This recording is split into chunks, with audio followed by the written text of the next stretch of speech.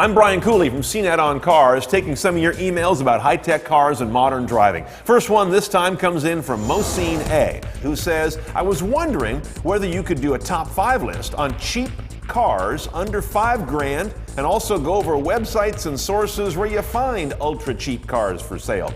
He also adds a note. Small suggestion, he says. I might add, the content is great, but I feel if it was produced in 60 frames per second video, the quality would be a lot better. We'll talk about that in a minute. First off, I got something great for you. Mosine, we just did a roadshow slideshow, and the roadshow editors took on the topic that you're asking about. What's the most fun you can have for $5,000 or under? And really, if you're going to spend under $5,000, you want to have fun in a car, a hot hatch is the way to go. It's the best affordable, fun category of older used car. So find that over at theroadshow.com. I'll give you a sneak peek. My pick was the first generation Acura Integra, the old chisel nose. Still looks great.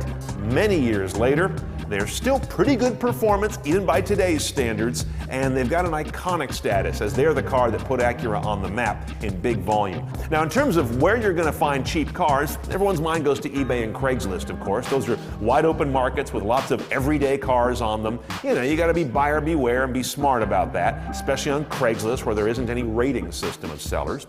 The downside is I think auction sites like that or listing sites like Craigslist that have so much exposure, they're so successful, they do drive values up in some cases. I've seen some cars on eBay go for prices that make no sense because I'm pretty sure a couple of people or more got into a bidding war. And they weren't so concerned about paying the right price for the car as winning the auction. You see that on eBay all the time. That's why it's more important today than ever to work your soft network trying to find a car. Let friends and family know, and they may end up saying, hey, I heard from a friend of mine that they want to sell their whatever it may be. And then you get that nice inside deal without the big old internet auction getting in there and sometimes floating prices up beyond what is reasonable. Now, your question about our video quality, we're not going to go to 60 frames anytime soon for a variety of technical reasons, but we did just bump it up to 1080 progressive in 30 frames per second on all of our CNET videos, and that includes the stuff we do on cars, and that's whether you find it at CNET sites or out at YouTube or any other platform. So it's going to look better.